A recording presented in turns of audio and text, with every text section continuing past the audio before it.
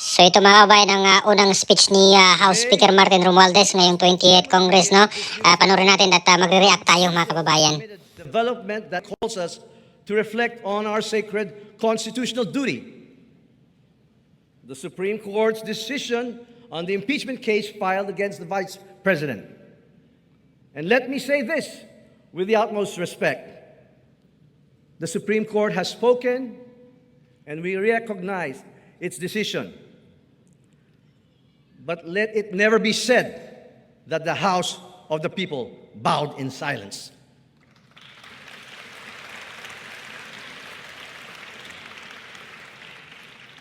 At the time, we draw a line. The power to initiate impeachment is the exclusive domain of this chamber.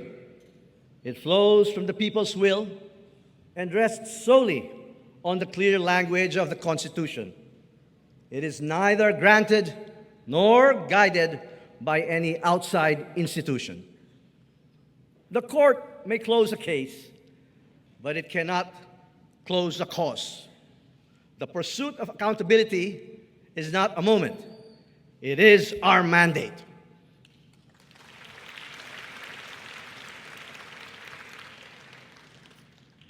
We are not moved by personalities, but by principles.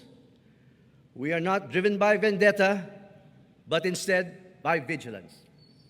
Our goal has never been to destroy, only to demand the truth. When institutions falter, the House of the people always stands firm. When others fear the storm, your House holds the line.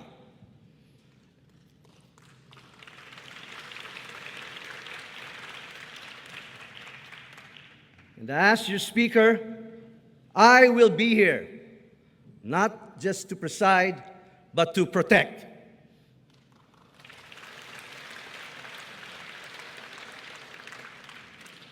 Hindi ko kayo iiwan sa gitna ng unos. Gaya ng ama ng tahanan na hindi natutulog kapag may bagyong papasok. Babantayin natin ang ating kapulungan. Sisiguraduhin kung walang bubong ang babagsak, walang pader magigiba, at walang miyembro ang mapapabayaan.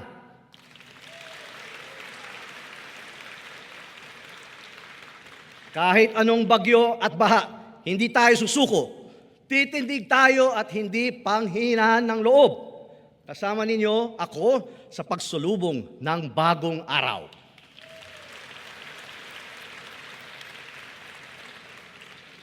Our work as legislators is both constitutional and moral.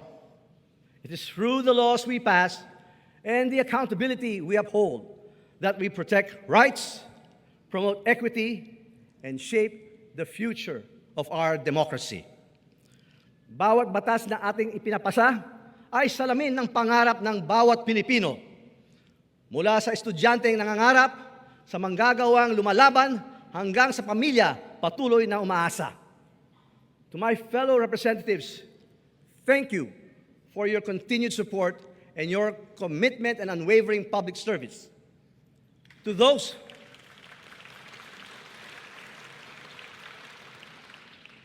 who have offered different views, I thank you as well. Your voices enrich our debates and even fortify our democracy. Hindi kahinaan ang pagkakaiba ng opinyon. Sa Kongreso, may respeto. Ito ay pinagmumulan ng talino, tapang at tunay na pagbabago. And as your Speaker, I reaffirm our common commitment to be a House that is transparent in conduct, firm in principle, and responsive to the needs of our people. We shall lead with competence, legislate with compassion, and govern with integrity.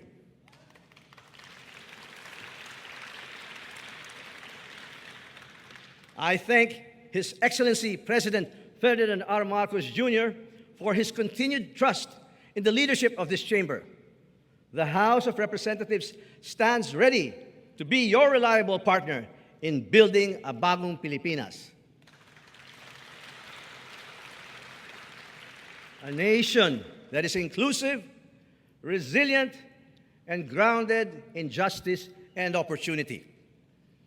And to our beloved Filipino people, you are not just our mandate, you are our mission.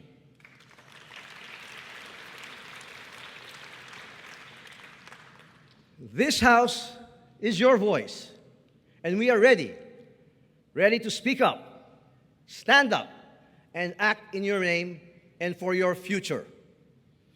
Ang kapulungan ng ito ay boses ng taumbayan. At kung boses ng taumbayan ang ating dala, tungkulin natin ito'y gamitin para sa kanilang karapatan, kabuhayan, at kinabukasan.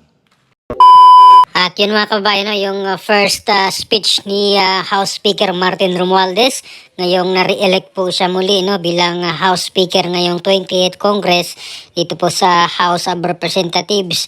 At tila nagparinig pa siya mga kababayan, no, na bagamat nirespeto nila daw yung desisyon ng Supreme Court dito sa pagbasura, no, ng impeachment complaint laban kay BP Sara dahil idiniklara nga nila itong unconstitutional or labag sa batas mga kababayan. At ngayon sinabi niya na bagamat yun yung desisyon ng Supreme Court ay hindi daw po sila yuyuko at manahimik mga kababayan, no? At parang sa pagsasalita ni House Speaker Martin Romualdez ay tila hindi talaga titigil to mga kababayan hanggat hindi ma-impeach si BP Sara Duterte. Ayan, at abangan natin sa susunod na mga araw mga kababayan, baka siguro kaliwat kanan naman itong investigasyon ng confidential funds na naman ni BP Sara mga kababayan, no? At lahat ng mga ginawa niya before, kahit pa siguro nung mayor pa siya sa Davao City, baka kalkalin na naman po ulit nila ngayong 28th Congress mga kababayan. At noon pa man, no, may mga pronouncement na rin itong mga ibang congressman na kaalyado nila, kagaya po ni Congressman Abante na muling naluklok nga despite na talo po siya doon sa kanyang kongreso, no, sa 6th District ng Manila.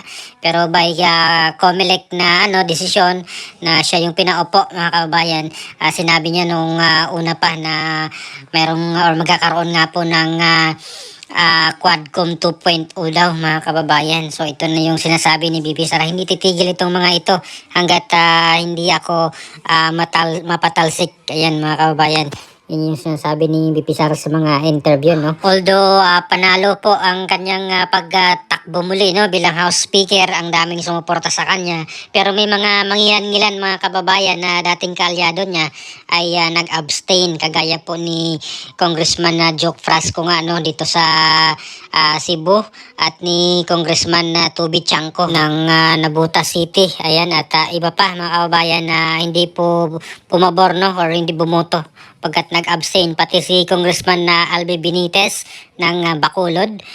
Si Congressman Pulong naman mga kababayan, hindi po siya pumunta doon sa microphone, no, nung tinawag yung kanyang pangalan, at sinabi niya ay hindi po siya magsalita or boboto patungkol dito sa paghalal muli ng House Speakership ni Congressman Martin Romualdez.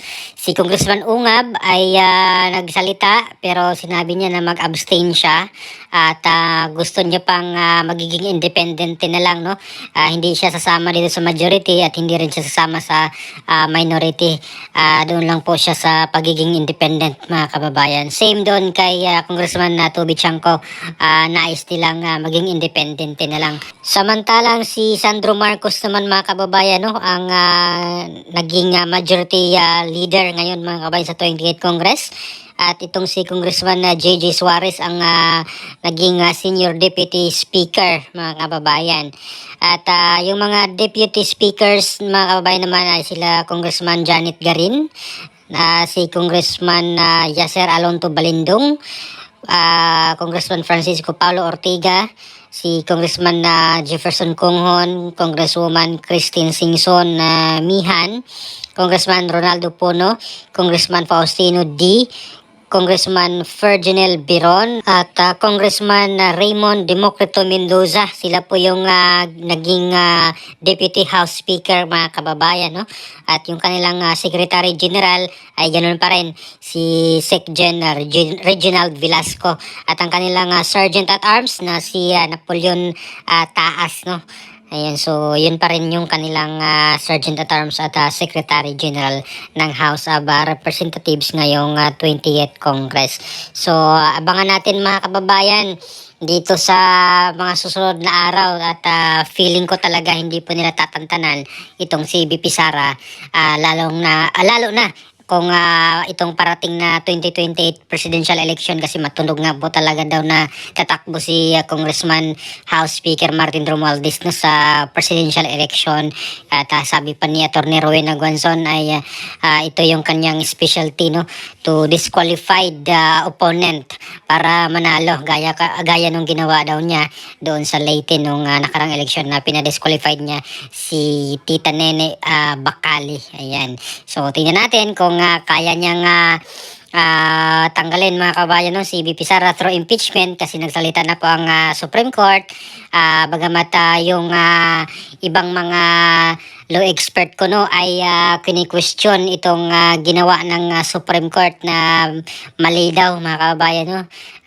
Sila pa yung mas magaling dito sa ating mga justices dyan sa Supreme Court.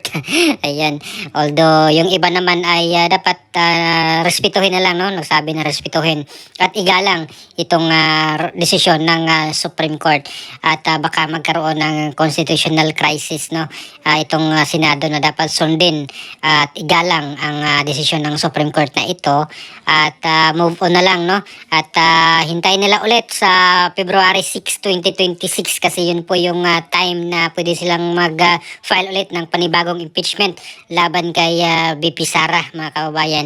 So next year, hintay-hintay lang muna itong mga congressman, at malamang ay meron diyang mag-file na naman ng panibagong impeachment complaint laban kay BP Sara, mga kababayan, no, sa next year. So ano pong opinion nyo dito, mga kababayan, sa mga pronouncement, mga statement, no, ni bagong or re-elected House Speaker Martin Romualdez? Please comment down below. Maraming salamat. God bless po sa ating lahat.